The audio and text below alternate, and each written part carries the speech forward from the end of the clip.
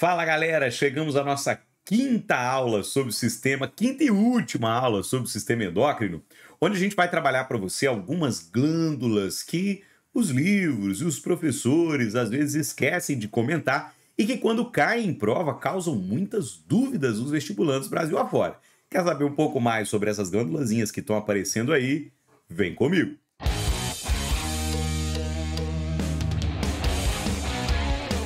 Fala galera! Obviamente, dessas 4 glândulas que estão aparecendo aí para vocês, as mais cobradas em vestibulares são os testículos e os ovários. A gente vai deixá-las para o final, tá?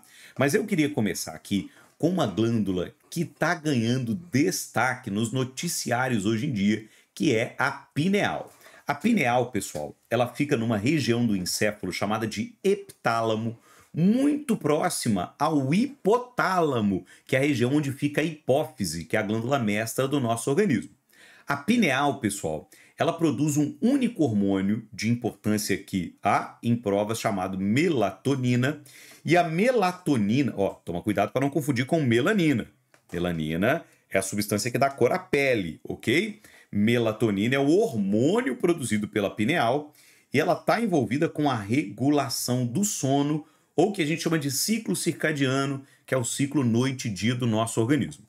Hoje em dia, o uso de celulares, televisão, luz nas nossas casas, apartamentos, prejudica o funcionamento da pineal. A pineal, ela é uma glândula que trabalha em baixa luminosidade. Imagina um homem primitivo, o homem das cavernas. Estava às 6 horas da tarde, escurecia, não tinha luz natural, a não ser lá uma fogueira, quando acendia ou não, mas eles iam para o interior de uma caverna, escurinho, o olho começava aí a captar pouca luz, essa baixa captação de luz pelos olhos estimulava a pineal a produzir melatonina. A melatonina rapidamente provocava no homem primitivo o sono e o homem dormia ali uma noite tranquila e completa de sono devido ao alto teor de melatonina. O que acontece com a gente hoje? A gente chega em casa às vezes 6, 7 horas da noite, aí 8 ou mais, né? Dependendo da região onde você vai estar assistindo aqui a minha aula. Tem gente que chega em casa 11 horas da noite depois do cursinho. Então vai chegar aí, você vai acender uma lâmpada, ligar uma televisão, ligar o notebook, pegar o celular e todos eles emitem luz. Então o seu olho ele vai estar captando uma grande quantidade de luz. E isso faz com que a pineal não produza ou produza incorretamente, na quantidade incorreta, a melatonina.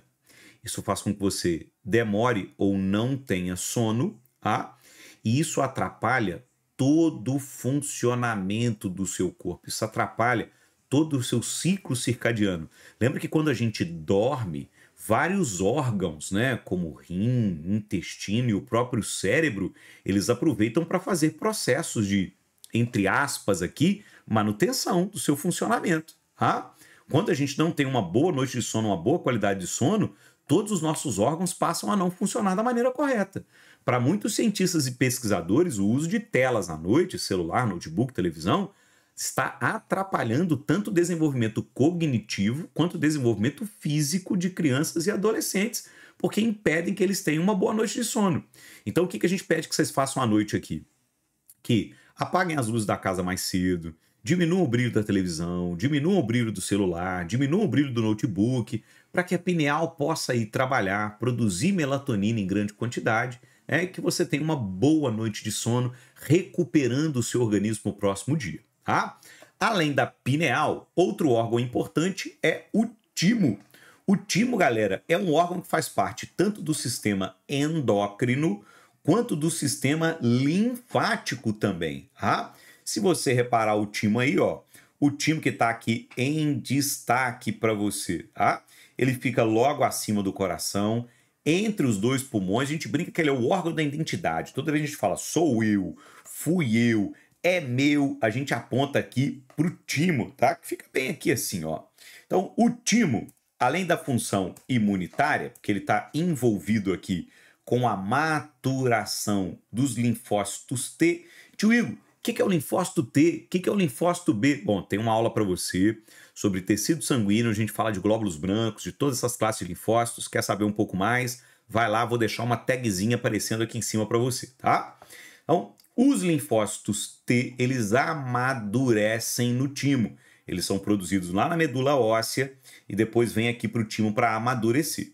Além dessa função imunitária, tá?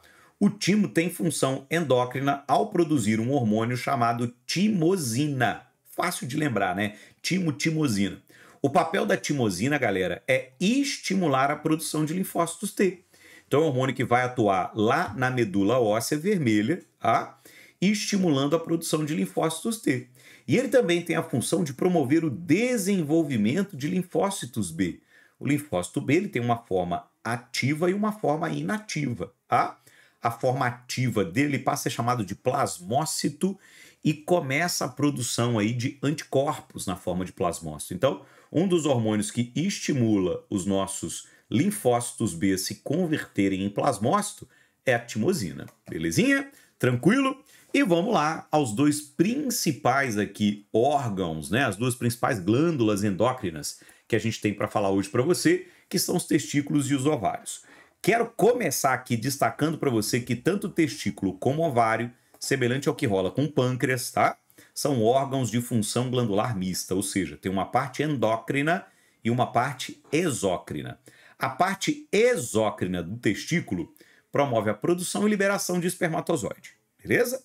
Já a parte exócrina do ovário produz e libera ovócitos, certo? Agora, e a parte endócrina?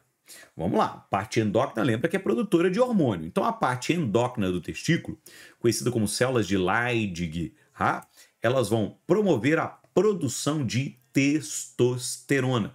Testosterona, que é o hormônio masculinizante. É o hormônio que vai promover o desenvolvimento do aparelho reprodutor masculino, o desenvolvimento do pênis, dos testículos, do saco escrotal, da próstata, da vesícula seminal. Tá?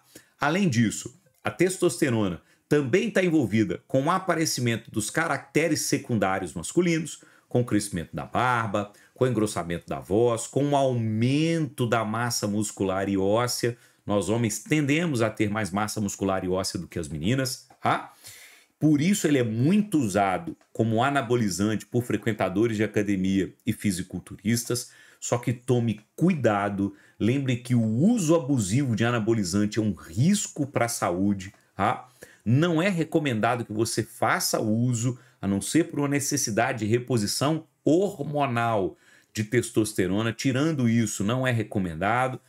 Caso queira fazer, procure orientação médica. Fisiculturistas são atletas profissionais, tem todo um staff por trás para terem o mínimo possível de efeitos colaterais e muito comum que eles tenham, tá? Mesmo com todo o acompanhamento médico.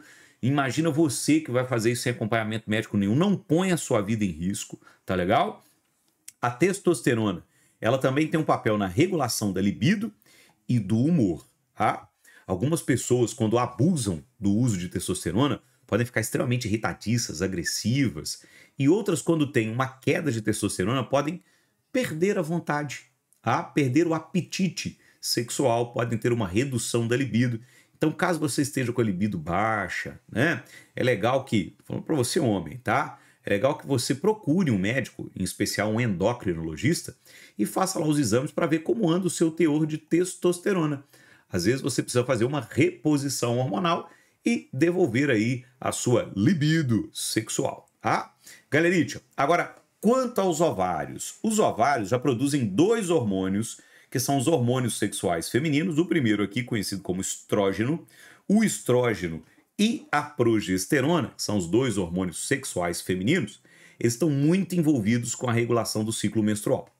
Não só eles, tá? Tem dois hormônios hipofisários também, o luteinizante, o folículo estimulante, mas estrógeno e progesterona estão muito envolvidos com a regulação do ciclo menstrual.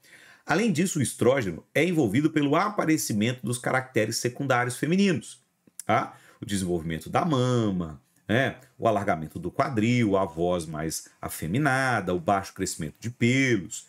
Ele também está envolvido com a regeneração do endométrio, pós-período menstrual, então depois de menstruar a menina precisa regenerar o endométrio, o estrógeno entra aí estimulando essa regeneração, e ele está envolvido com o processo de remodelação óssea.